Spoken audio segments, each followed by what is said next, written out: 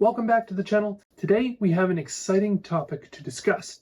It's time to dive into the incredible world of the Apple Watch SE 2. In this video, we will explore why I think the Apple Watch SE 2 is the right watch for the majority of the users that are either looking to upgrade their current smartwatch or are buying their very first smartwatch. We are going to look at design, features, how I use it, display, and finally, battery. So without further ado, let's jump right in and start with the design. The SE2 is available in both 40 and 44 millimeter sizes. As well, the SE comes equipped with either GPS or GPS plus LTE. The GPS model will only have a connection when in range of your phone, whereas the LTE model will have its own data connection and will continue to work when away from your phone. But with most carriers, at least in North America, there is an additional charge to add this to your account, so do take note of that. But the SE2 has a very similar design, with the digital crown and the side button on the right side of the device, as well as the microphone for taking calls, replying to text messages, or talking to Siri. On the left side of the watch, you will find the speaker grill, which is not bad for listening to a podcast in a quiet room or even taking a phone call while your hands are full. On the back of the device, you will find all of the sensors that are included with the watch itself, and we will touch more on those a little bit later.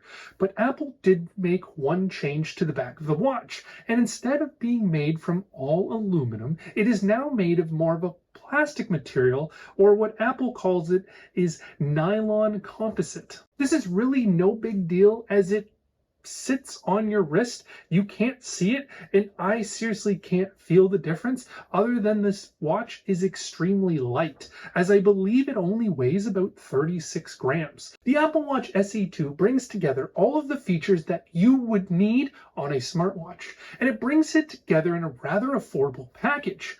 Unlike when the original SE was released, the SE 2 is bringing specs that are very comparable to that of the Apple Watch Series 8 line. There are a few sensors that are not included in the SE. These include the ECG, blood oxygen sensors, and as well as the temperature sensors. Not a big deal for me, as I used the ECG and blood oxygen apps on the Ultra once and never really used them again, as I just wanted to see what kind of data these sensors would give me. But this is not something that I would use on a daily basis. The one thing that I do wish they included was the temperature sensor, due to the better sleep tracking. But the SE still does a decent job. It is still able to display the different stages of sleep based on heart rate.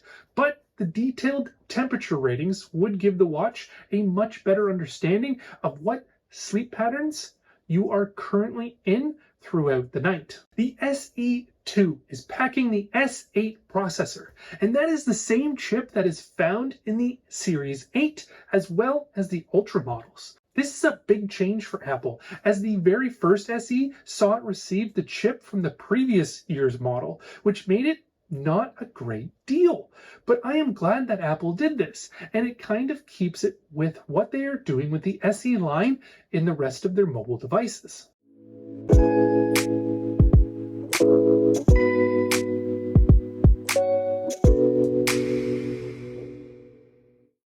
So now let's move over to how I use it. I use my Apple Watch in a very specific way. I use it for checking things that only take 3 to 5 seconds. All the complications on my watch are for quick glances, like checking the weather, the UV, checking my ring status, checking to see if I have any missed messages, replying to my messages using voice, or talking to Siri. I am in the middle of switching all of my smart home devices over to HomeKit, as I like the features more than Google Home and Alexa. And having the ability to have Siri on my wrist and say, turn off the lights, open my garage, raise my blinds, is a great thing. And I no longer have to find one of my Google Home devices to say it to. Once I am finished moving completely over to HomeKit, I will make a smart home video. So if you're interested, be sure to be subscribed for that one in the near future. The Apple SE2 has 32 gigabytes of built-in storage, and this is great for storing full playlists or podcasts on your watch. Great for listening while you are walking or running outdoors, and there is no need to bring your phone. If you have AirPods, and any kind of AirPods, they can connect directly to your watch and you can listen without even needing your phone. Or if you have an LTE model, you can stream Spotify now and Apple Music to your AirPods without using your phone. I also use my watch to control my Apple TV when I can't find the remote, and sometimes even when I can find it, because I do have the older model with the terrible remote. So I actually prefer using my watch or my phone than using that thing you call a remote. Something I definitely need to upgrade sooner than later, but another great feature and something that my wife lives off of is the Find My Phone feature. Simply swipe up on your watch on the screen, tap the button on the watch, and it will have your phone make a beeping sound, which makes it much easier to find if it's slipped between a couch cushion or something. Also, an added tip is that if you hold the button down on the watch, it will beep and flash your phone's flashlight, which makes it even easier to find. But be careful, as I have pushed this button a few times by accident while my kids were sleeping, but I'm lucky as it hasn't woken either of them up yet. I also use the Apple Watch as my alarm clock in the morning, which works great because it doesn't wake my wife up when I need to get up earlier than she does. And Apple made a recent change that if you accidentally covered the watch with a pillow or a sheet or anything, it would mute the alarm. But they have changed that. Now you need to push either of the buttons on the side of the watch or click the button directly on the watch to mute the alarm, which this also allows me to use it for sleep tracking. I know, I need to sleep more, but I give up a little bit of sleep to make these videos. And one day, I'll sleep 8 hours. So let's move over to the display. The display on the SE is similar to that of the Series 6, minus the Series 6 did have the always-on display, which, if you ask me, when I was using the Series 5, I ended up turning it off as it would add more battery and wasn't something that I found myself needing. I thought I wanted it when I first bought the Series 5, but really it's just distracting.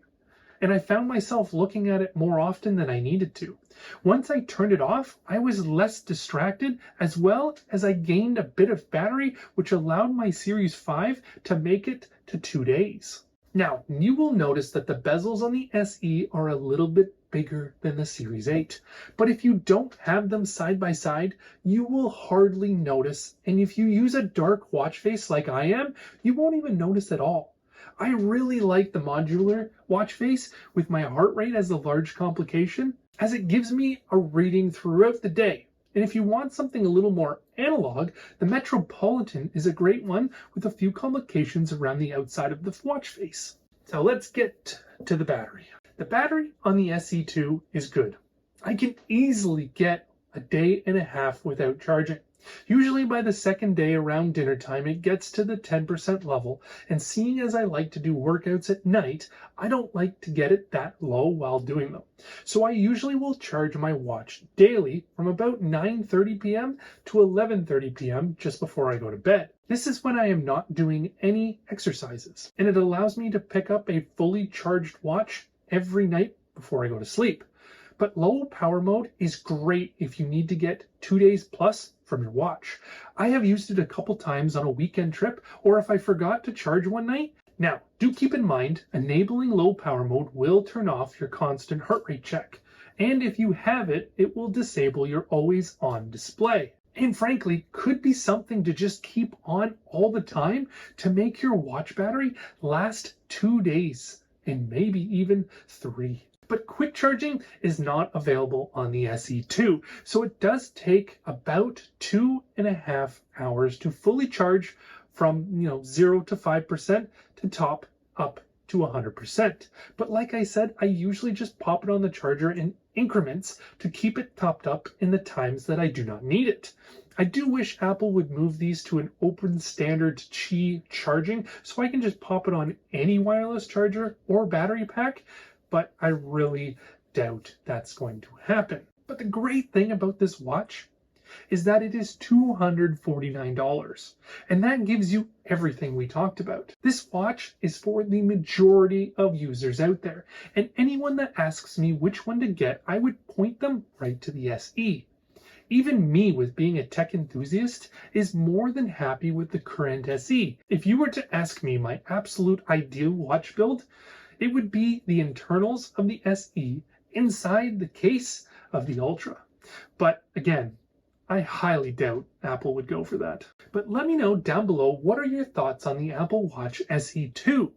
Or really any smartwatch you may be looking at. I'm always up for the conversation, whether it has to do with what I'm reviewing in the video or not. Thank you for watching. Leave a like if you enjoyed, subscribe if you're new, and I will talk to you real soon in next week's video.